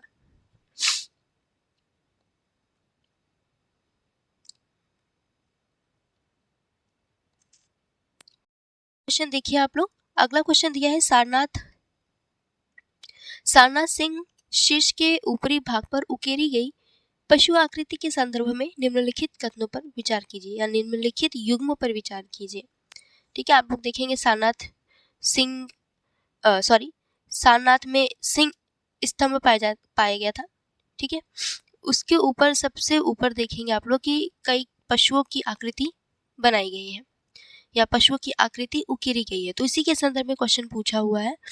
तो यहाँ पे देखो पशु के जैसे वृषभ, हाथी, घोड़ा और सिंह दिया हुआ है, और ये किसका प्रतिनिधित्व करते हैं? दूसरे साइड दिया हुआ है प्रतीकात्मक प्रतिनिधित्व। अब बताना है कि कितने युग में आपके सही सुमेलित है। देखो जो पशु वृषभ है, वृषभ प्रतिनिधित्व करता है बुद्ध का जन्म का। ठीक है, यानी कि बुद्ध के जन्म का प्रतीक माना जाता है वृषभ को। हाथी जो है बुद्ध जी के गर्भाधान को प्रतिबिंबित करता है। जैसे आप कह सकते हैं कि उनकी माता माया थी, उन्होंने स्वप्न देखा था कि ऐसा गर्भाधान से रिलेटेड, तो यहाँ पे पहला और दूसरा दोनों गलत हो जाता है। तीसरा देखो तो घोड़ा सांसारिक जीवन का परित्याग। बुद्ध जी जब घर छोड़ते हैं तो वो घोड़ा से जाते हैं, तो ऐसा माना जाता है कि उन्होंने सांसारिक जीवन का त्याग दिया था, तो एक प्रतीक के तौर पे उन्होंने घोड़ा रख दिया गया कि भाई ये प्रतीकात्मक प्रतिनिधित्व करेगा कि सांसारिक जीवन का उन्होंने त्याग दिया था। चौथा देखिए तो सिंह जब उन्होंने ज्ञान प्राप्ति की थी तो प्रतीकात्मक प्रतिनिधित्व करता है सिंह। तो पहला और दूसरा सही सुमेलित है, पहला और दूसरा गलत, सही सुमेलित नहीं है, गलत है। तीसरा और चौथा सही है। पूछा है कितने? तो 2, तो करेक्ट आंसर आपका ऑप्शन बी हो जाएगा। अगला क्वेश्चन देखो, अभ्यास बोल्ड कुरुक्षेत्र 2025 के संदर्भ में निम्नलिखित कथनों पर विचार कीजिए। पहला कथन कह रहा है कि इसे भारतीय सेना की मैकेनाइज्ड इन्फेंट्री रेजिमेंट और सिंगापुर आर्म्ड रेजिमेंट के बीच आयोजित किया गया। दूसरा कह रहा है कि वर्ष 2025 का संस्करण जोधपुर में टेबल टॉप अभ्यास और कंप्यूटर आधारित वॉर गेम के रूप में आयोजित किया गया। बताना है कि कौन सा कथन सही है। तो दोस्तों ये जो अभ्यास बोल्ड कुरुक्षेत्र 2025 आयोजित किया गया था, ये भारत और सिंगापुर के बीच आयोजित होता है। ठीक है, तो पहला स्टेटमेंट सही है। और इसका ये कहाँ आयोजित किया गया 2025 में, तो जोधपुर में। तो यहाँ पे दूसरा स्टेटमेंट भी सही है, तो करेक्ट आंसर क्या हो जाएगा? ऑप्शन सी, 1 और 2 दोनों। अगला देखिए आप लोग, निम्नलिखित कथनों पर विचार कीजिए। पहला कथन दिया है पृथ्वी द्वितीय एक अंतर महाद्वीपीय बैलिस्टिक मिसाइल है। ठीक है, जब भी पढ़े स्टेटमेंट ध्यान से पढ़े। क्या कह रहा है? अंतर महाद्वीपीय बैलिस्टिक मिसाइल है जो 5000 किलोमीटर से अधिक दूरी तक लक्ष्य पर प्रहार करने में सक्षम है। ओके, अगला देखो दूसरा स्टेटमेंट कह रहा है कि अग्नि-1 जो है कम दूरी की परमाणु सक्षम बैलिस्टिक मिसाइल है। तीसरा कह रहा है कि आकाश प्राइम एक सतह से हवा में मार करने वाली मिसाइल है जिसे 4500 मीटर से अधिक ऊंचाई पर संचालित करने के लिए डिजाइन किया गया है। बताना है कि कौन सा आपका सही है, कौन सा कथन। तो हमेशा ध्यान रखना बच्चे, ये जो पृथ्वी द्वितीय है ये एक अंतर महाद्वीपीय बैलिस्टिक मिसाइल नहीं है, ये एक कम दूरी की बैलिस्टिक मिसाइल है। पहला स्टेटमेंट आपका गलत हो गया। इसकी रेंज कितनी है? इसकी रेंज है 350 किलोमीटर। यहाँ पे 5000 किलोमीटर दिया है, ये गलत हो जाता है पहला। दूसरा कथन सही है, ये कम दूरी की परमाणु सक्षम बैलिस्टिक मिसाइल है। और साथ में तीसरा भी स्टेटमेंट सही है कि आकाश प्राइम जो है एक सतह से हवा में मार करने वाली मिसाइल है। Akash prime surface to air missile है, यानी ये सतह से हवा में टारगेट करेगी और ये जो है इसे 4500 मीटर से भी अधिक ऊंचाई पर संचालित करने के लिए डिजाइन किया गया है। ठीक है, तो दूसरा और तीसरा सही है। तो करेक्ट आंसर आपका ऑप्शन बी हो जाएगा। अगला देखिए, निम्नलिखित में से कौन से गुण अल्टरमैग्नेट द्वारा दर्शाए जाते हैं? अल्टरमैग्नेट्स द्वारा दर्शाए जाते हैं, बताओ। पहला स्टेटमेंट दिया है कि इनमें लौह चुंबक और प्रतिलौह चुंबक की विशेषताएं होती हैं। दूसरा, इनमें कोई शुद्ध बाह्य चुंबकत्व नहीं होता है। तीसरा, चालक बनने के लिए बाह्य तत्वों के साथ इनके अपमिश्रण की आवश्यकता होती है। अब बताइए कि कौन सा कथन आपका सही है अल्टरमैग्नेट के संदर्भ में। अल्टरमैग्नेट मतलब होता है छुपा हुआ, यानी कि अंदर से, जैसे कि एक चुंबक में जो विशेषता होती है, उसकी विशिष्ट विशेषताएं होती है एक चुंबक के अंदर की, वही इसके अंदर भी होगा, अल्टरमैग्नेट के अंदर भी, लेकिन ये बाहर से अचुंबकीय होगा। समझ आया? ये अंदर से व्यवस्थित होगा एक चुंबक की तरह ही, इसके जितने भी पार्टिकल्स है, ठीक है, वो सभी व्यवस्थित होंगे एक चुंबक की तरह, लेकिन ये बाहर से जो है अचुंबकीय होगा। जैसे होता है ना, आप लोग देखेंगे कि कोई लड़का है तो वैसे तो बाहर से लड़का दिख रहा है, लेकिन अंदर से वो लड़की होता है, उसके अंदर लड़कियों वाले गुण होते हैं, है ना। तो इसी तरीके से अल्टर मैग्नेट भी है भाई, अंदर से ये तो मैग्नेट है, लेकिन ये बाहर से मैग्नेट जैसा काम नहीं करता है, तो इसी को अल्टर मैग्नेट्स कहते हैं। अब देखो, पहला, इनमें लौह चुंबक और प्रतिलौह चुंबक की विशेषता होती है, तो पहला स्टेटमेंट सही है, ठीक है। दूसरा कह रहा है इसमें कोई शुद्ध बाह्य चुंबकत्व नहीं होता है, तो दूसरा भी स्टेटमेंट सही है। तीसरा कह रहा है कि चालक बनने के लिए बाह्य तत्वों के साथ इनके अपमिश्रण की आवश्यकता होती है, तो यहाँ पे कह रहा है कि चालक बनने के लिए बाह्य तत्वों के साथ इनके अपमिश्रण की आवश्यकता होती है, तो नहीं होती है आवश्यकता, तो तीसरा गलत हो गया, पहला और दूसरा सही है। तो आपका करेक्ट आंसर क्या हो जाएगा? Option A. अगला देखिए, जनजातीय जीनोम अनुक्रमण परियोजना के संदर्भ में निम्नलिखित कथनों पर विचार कीजिए। पहला कथन कह रहा है कि ओडिशा के बाद गुजरात दूसरा राज्य है जिसने विशेष रूप से जनजातीय समुदायों के लिए जीनोम अनुक्रमण कार्यक्रम शुरू किया है। तो देखो, अभी हाल ही में गुजरात गवर्नमेंट द्वारा, ओडिशा द्वारा नहीं, अभी ओडिशा ने नहीं शुरू किया है, गुजरात पहला ऐसा राज्य है जिन्होंने अपने जनजातीय समुदायों के लिए जीनोम अनुक्रमण कार्यक्रम शुरू किया है। तो यहाँ पे पहला स्टेटमेंट गलत हो गया, ओडिशा नहीं, ओडिशा के बाद गुजरात नहीं, बल्कि गुजरात ही अग्रणी है इस मामले में, तो पहला गलत हो गया। दूसरा कह रहा है कि इसका प्रमुख उद्देश्य जो है सिकल सेल एनीमिया और थैलीसीमिया जैसे आनुवंशिक विकारों का शीघ्र पता लगाना है, तो दूसरा स्टेटमेंट सही। तो करेक्ट आंसर क्या हो जाएगा आपका? ऑप्शन बी हो जाएगा। दोस्तों, अगर आप लोग को पीडीएफ चाहिए तो हमारे टेलीग्राम ग्रुप का लिंक जो है कमेंट बॉक्स में मेंशन कर दिया गया है, कमेंट बॉक्स में जाइए और टेलीग्राम ग्रुप का लिंक ज्वाइन कर लीजिए, और इसी टेलीग्राम ग्रुप में ही हमारा पीडीएफ का लिंक मेंशन कर दिया जाएगा। आप पीडीएफ के लिंक पर क्लिक करके आप पीडीएफ को डाउनलोड कर सकते हैं। डायरेक्टली आपको कमेंट बॉक्स में पीडीएफ का लिंक नहीं मिलेगा, इसके पीछे बहुत सारे रीज़न है, कॉपीराइट सबसे बड़ा रीज़न है, ठीक है। तो टेलीग्राम ग्रुप को ज्वाइन करिए और उसी टेलीग्राम ग्रुप में ही आपको पीडीएफ का लिंक मिल जाएगा, ठीक है, आप इजीली डाउनलोड कर सकते हैं। चलो अगला देखो, जापान द्वारा हाल ही में प्रक्षेपित ग्रीन हाउस गैस एवं जल चक्र अवलोकन उपग्रह के संदर्भ में निम्नलिखित कथनों पर विचार कीजिए। पहला कथन क्या रहा है, इसे लगभग 666 किलोमीटर की ऊंचाई पर सूर्य तुल्यकालिक कक्षा में स्थापित किया गया। दूसरा कह रहा है यह प्रत्येक 3 दिन में वैश्विक कवरेज प्रदान करता है। तो दोस्तों, जापान द्वारा आप देखेंगे एक उपग्रह लॉन्च किया गया, कौन सा?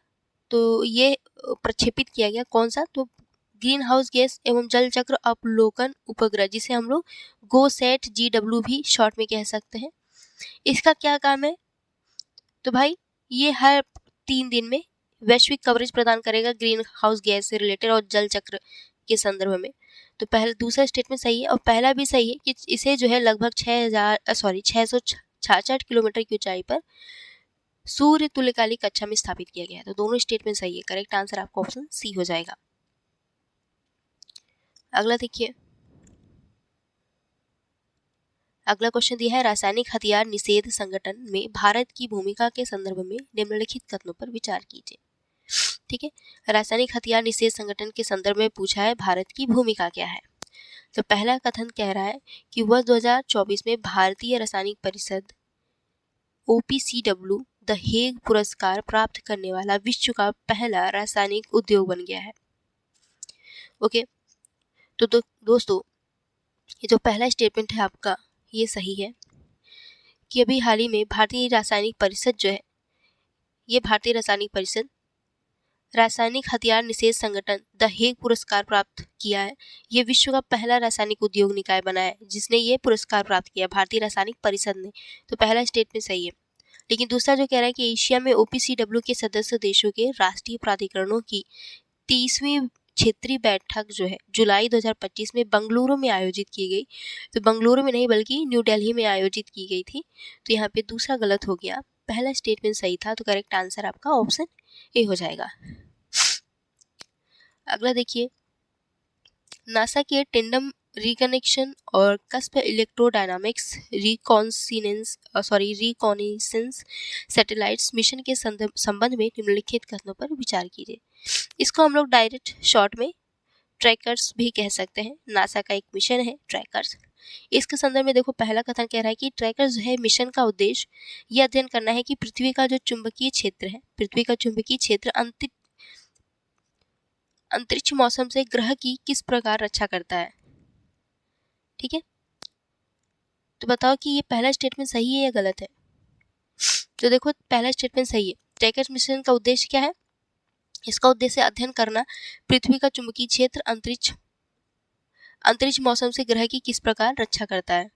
जो चुंबकीय क्षेत्र है वो पृथ्वी की यानी कि ग्रह की किस प्रकार रक्षा करता है, ये आपका पहला स्टेटमेंट सही है। लेकिन दूसरा देखो, ट्रैकर्स उपग्रह सूर्य और पृथ्वी के चुंबकीय क्षेत्रों के बीच चुंबकीय पुनर्संयोजन घटनाओं का अवलोकन करने के लिए उत्तरी ध्रुव के निकट ध्रुवीय कस्प क्षेत्र की परिक्रमा करेंगे। तो ये दोनों ही स्टेटमेंट सही है और करेक्ट आंसर आपका ऑप्शन ए हो जाएगा। कथन 1 कथन 2 दोनों सही है और कथन 2 जो है कथन 1 की व्याख्या करता है।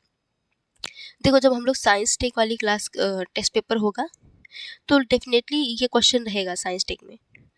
तो जब साइंस टेक वाले क्लास में हम लोग इस क्वेश्चन को डिस्कस बहुत डिटेल में करेंगे। ठीक है, अभी फिलहाल क्योंकि वीडियो बहुत लंबी हो जाती है और हिस्ट्री का है तो हम लोग इस टेस्ट पेपर को हिस्ट्री के ही वे में रखें। ठीक है, तो इस क्वेश्चन को हम लोग बहुत अच्छे से डिस्कस करेंगे साइंस टेक वाले टेस्ट पेपर में। तो ये मत सोचिएगा कि बस मैं ऐसे ही भगा दे रही हूँ, नहीं, मैं डिस्कस करूँगी आपको साइंस टेक वाली क्लास में। अगला देखो, प्रलय मिसाइल के संबंध में निम्नलिखित कथनों पर विचार कीजिए। पहला कह रहा है कि इस मिसाइल में ठोस प्ररोधक का उपयोग किया गया है और इसमें उच्च परिशुद्धता के लिए अत्याधुनिक मार्गदर्शन तथा नेविगेशन प्रणालियां हैं। तो दोस्तों, प्रलय मिसाइल के संदर्भ में पहला स्टेटमेंट सही दिया है। प्रलय मिसाइल में क्या है, किस तरह का प्ररोधक प्रयोग किया गया है? ठोस प्ररोधक का प्रयोग किया गया है। कंफ्यूज मत हो जाइएगा कि तरल किया गया होगा, तो नहीं, सही है। और इसमें उच्च परिशुद्धता के लिए अत्याधुनिक मार्गदर्शन और नेविगेशन प्रणालियां हैं। तो ये स्टेटमेंट सही है। ठीक है, तो पहला तो सही है। दूसरा देखो, यह एक अर्ध बैलिस्टिक मिसाइल है जो कई प्रकार के आयुध ले जाने में सक्षम है। तो दूसरा स्टेटमेंट सही है। तीसरा कह रहा है कि इस मिसाइल को मुख्य रूप से पनडुब्बी आधारित प्रक्षेपण अभियानों के लिए डिजाइन किया गया है। तो यहाँ पे तीसरा स्टेटमेंट गलत हो गया। ये जो मिसाइल है दोस्तों, एक मोबाइल प्लेटफॉर्म से प्रक्षेपित किया जा सकता है और ये पनडुब्बी आधारित प्रक्षेपण अभियानों के लिए डिजाइन नहीं किया गया है। तो तीसरा गलत है, पहला और दूसरा सही था। तो करेक्ट आंसर आपका ऑप्शन ए हो जाएगा। अगला देखिए, सी फ्लड एकीकृत बाढ़ पूर्वानुमान प्रणाली के विकास से संबंधित निम्नलिखित कथनों पर विचार कीजिए। पहला कथन कह रहा है केंद्रीय जल, इसमें पूछा है कि सी फ्लड एकीकृत बाढ़ पूर्वानुमान प्रणाली के विकास से संबंधित निम्नलिखित संस्थानों पर विचार करना है। पूछा है क्वेश्चन में कि सी फ्लड प्लेटफॉर्म के विकास एवं संचालन में प्रत्यक्ष रूप से कौन कौन से इन पांचों में से शामिल है। इन पांचों संस्थाओं में से कौन कौन से हैं जो सी फ्लड्स के विकास में शामिल हैं प्रत्यक्ष रूप से। तो दोस्तों, एक बार ऑप्शन देख लो, फिर आंसर करने की कोशिश करो।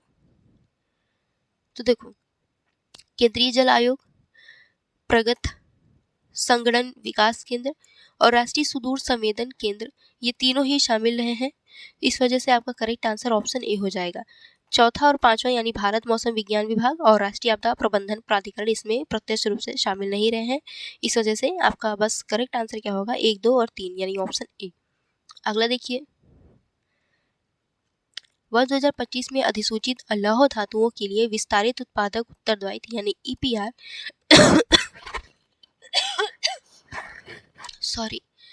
ईपीआर ढांचा मुख्य रूप से निम्नलिखित में से किस विधान से अपना विधिक अधिकार प्राप्त करता है? तो इसका आंसर करो कि क्या होगा करेक्ट आंसर। देखो, ईपीआर ढांचा जो है मुख्य रूप से किस विधान से अपना विधिक अधिकार प्राप्त करता है, तो ये प्राप्त करता है अपना विधिक अधिकार पर्यावरण संरक्षण अधिनियम 1986 के तहत। तो करेक्ट आंसर आपका ऑप्शन ए हो जाएगा। अगला देखिए, इंडिया एनर्जी स्टैक पहल के संदर्भ में निम्नलिखित कथनों पर विचार कीजिए। पहला कथन है कि नवीन और नवीकरणीय ऊर्जा मंत्रालय द्वारा नवीकरणीय ऊर्जा प्रमाण पत्रों और ट्रेंडिंग प्लेटफॉर्मों को एकीकृत करने के लिए इंडिया एनर्जी स्टैक विकसित किया गया है। ठीक है। दूसरा देखो, आईईएस के अंतर्गत,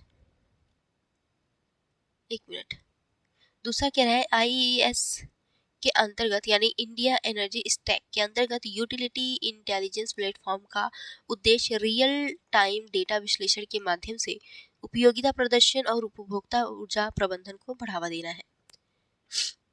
बताओ इसका करेक्ट आंसर क्या होगा। देखो, यहाँ पे जो पहला दिया है मिनिस्ट्री इंडिया एनर्जी स्टेक के संदर्भ में जो पहला स्टेटमेंट दिया है कि ये नवीकरणीय ऊर्जा मंत्रालय द्वारा विकसित किया गया है, तो यहाँ पे पहला स्टेटमेंट गलत हो गया। इसे विद्युत मंत्रालय द्वारा विकसित किया गया है। जब भी मिनिस्ट्री दे दे किसी भी स्टेटमेंट में तो अक्सर स्टेटमेंट गलत होता है, लेकिन तब भी आपको क्वेश्चन के अकॉर्डिंग ध्यान से क्वेश्चन को अटेम्प्ट करना है, स्टेटमेंट को अटेम्प्ट करना है। ठीक है, तो वहाँ पे विद्युत मंत्रालय होना चाहिए था, इस वजह से पहला स्टेटमेंट गलत हो गया। दूसरा सही है कि इंडिया एनर्जी स्टैक के अंतर्गत जो है यूटिलिटी इंटेलिजेंस प्लेटफॉर्म का उद्देश्य क्या होगा कि रियल टाइम डेटा विश्लेषण के माध्यम से उपयोगिता प्रदर्शन और उपभोक्ता ऊर्जा प्रबंधन को बढ़ावा देगा। तो दूसरा सही है, तो आंसर क्या हो जाएगा आपका, ऑप्शन बी हो जाएगा। अगला देखो, चीन द्वारा निर्मित मेडोक बांध निम्नलिखित में से किस नदी पर स्थित है? तो ये जो मेडोक बांध है जो चीन द्वारा बनाया गया है, ये यारलुंग तांग्सपो नदी पर बनाया गया है। भारत में इसी नदी को, यारलुंग तांग्सपो नदी को ब्रह्मपुत्र नदी के नाम से जाना जाता है। ठीक है। अगला देखो, अगला कह रहा है कि हाल ही में भारतीय नौसेना द्वारा कमीशन किया गया आईएनएस निस्तार मुख्य रूप से निम्नलिखित में से किस ऑपरेशन का समर्थन करने के लिए निर्मित किया गया? तो आईएनएस निस्तार इसको जो है मुख्य रूप से किस ऑपरेशन का समर्थन करने के लिए निर्मित किया गया था या बनाया गया था? तो इसका उद्देश्य था गहन समुद्र में गोताखोरी और पनडुब्बी बचाव अभियान के लिए इसे आईएनएस निस्तार को निर्मित किया गया था। तो करेक्ट आंसर आपका ऑप्शन डी हो जाएगा। अगला देखिए, हाल ही में खोजा गया सी 2025 N1 यानी एटलस है, ये क्या है? तो दोस्तों ये सौर मंडल में बाहर से प्रवेश करने वाला एक इंटरस्टेलर कॉमेट है। तो करेक्ट आंसर ऑप्शन बी। और इस सेशन का लास्ट क्वेश्चन है ये, भारतीय विज्ञान संस्थान द्वारा प्रारंभ किए गए भारत अध्ययन का मुख्य उद्देश्य क्या है? भारत अध्ययन का मुख्य उद्देश्य क्या है? तो ये भारतीय जनसंख्या में एजिंग को प्रभावित करने वाले जैविक और पर्यावरणीय संकेतों का मानचित्रण करेगा। तो करेक्ट आंसर आपका ऑप्शन बी हो जाएगा।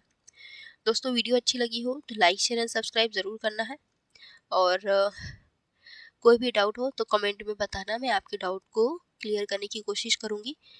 आपके सभी कमेंट का मैं ही रिप्लाई करती हूँ, तो इस वजह से मुझसे भी जुड़े रहने का आपको एक प्लेटफॉर्म मिला है।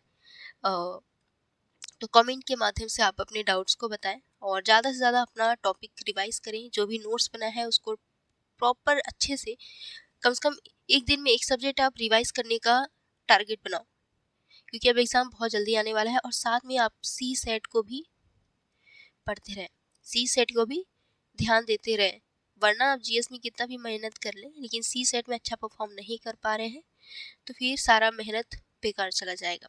ओके, सी सेट में कुछ मेन टॉपिक होते हैं, नंबर सिस्टम हो गया, उसके अलावा क्रमचय संचय हो गया, ये इधर से क्वेश्चन बहुत ज़्यादा पूछता है एग्जाम में। LCM SCF हो गया। तो एक बार PYQs देखो, आप ये सोच करके मत रह जाओ कि हम कॉम्प्रिहेंसिव कर लेंगे, कॉम्प्रिहेंसिव भी इतना आसान नहीं होता है। मेरी माने तो आप मैथ्स रीजनिंग पे ज़्यादा फोकस करें। रीज़न क्या है कि देखो, आप मैथ्स या रीजनिंग का क्वेश्चन अटेम्प्ट करोगे और आपका आंसर निकल के आ गया, तो एटलीस्ट आप वहाँ पे श्योर हो जाओगे कि आपने जो क्वेश्चन सॉल्व किया है, अटेम्प्ट किया है, वो सही है। लेकिन आप कॉम्प्रिहेंसिव करके आते हो, मान लो 25 क्वेश्चन या लगभग पूरा करके आते हो, लगभग 30 के करीब में पूछता है, तो आपके पास कोई आइडिया नहीं रहेगा कि आप जो कर रहे हो आंसर वो सही ही है। ठीक है, तो मैथ्स रीजनिंग पे ज़्यादा फोकस करो। एटलीस्ट वहाँ पे आप फॉर्मूला अपना इतना प्रैक्टिस कर लो कि वहाँ पे क्वेश्चन एग्जाम हॉल में आप अटेम्प्ट कर ले जाओ। 28 क्वेश्चन सही होना चाहिए, इतना आप कर ले जाओगे। ठीक है, 80 क्वेश्चन होता है। कॉम्प्रिहेंसिव के भरोसे मत रहो, कॉम्प्रिहेंसिव भी धीरे धीरे, अचानक से कॉम्प्रिहेंसिव का क्वेश्चन भी नहीं कर पाओगे जब तक आप कंटिन्यू प्रैक्टिस नहीं करोगे। लगभग 100 तक तो आप कॉम्प्रिहेंसिव सॉल्व कर लो। इतने पैराग्राफ्स लगाओ कॉम्प्रिहेंसिव का कि एटलीस्ट आप हैबिचुअल हो जाओ। ठीक है, तो प्रॉपर प्रैक्टिस करो। और मुझे लगता है आज की क्लास उतनी अच्छी नहीं हो पाई। रीज़न ये था कि मुझे जुकाम बहुत ज़्यादा हो गया। मैं आज पता है क्या, मैं 12 बजे सोई, 1 बजे मेरी नींद खुल गई जुकाम की वजह से। मैं सांस नहीं ले पा रही थी और 1 बजे से लेकर के मैं 5:30 बजे तक ऐसे ही जगती रही, मुझे नींद ही नहीं आई। जब मैं लेट रही हूँ मेरा सिर भारी भारी हो जा रहा, ऐसा लग रहा था कि जुकाम और ज़्यादा बढ़ जा रही। मैं काढ़ा पीने के अलावा फिर मैं पानी गर्म की, मैं अदरक खाई, और फिर वो जो हॉट बैग होता है इलेक्ट्रिक वाला, गर्म करके पैर के पास रखी, हाथ से की, लेकिन कुछ भी नहीं हुआ। 5:30 बजे मैं कैसे भी करके मुझे नींद आई 5:30 बजे। फिर मैं सोई, तो वही 8:30-9 बजे मैं उठी। फिर अभी लेक्चर रिकॉर्ड कर रही हूँ कि मेरे को बच्चों को देना है क्लास, मैंने बोला था। वरना तो मेरी जिस हिसाब से कंडीशन है बहुत बेकार है। आप लोग जो है ना, अभी मौसम बहुत तेज़ी से चेंज हो रहा है, तो प्रॉपर स्वेटर वगैरह पहन के रहो। बहुत भयानक मौसम बदल रहा है और बहुत लोग बीमार पड़ रहे हैं। तो अपना ध्यान भी रखो, क्योंकि तबीयत खराब हो गई तो समझ लो 3-4 दिन का समय आपका बर्बाद जाएगा। जुकाम होता है तो पढ़ाई वढ़ाई कुछ नहीं हो पाती, ऐसा सिर इतना भारी भारी लगेगा कि पढ़ने का मन ही नहीं करेगा। ठीक है, तो अपने सेहत का भी ध्यान रखना और हेल्दी फूड खाओ। ओके, चलो बाय बाय।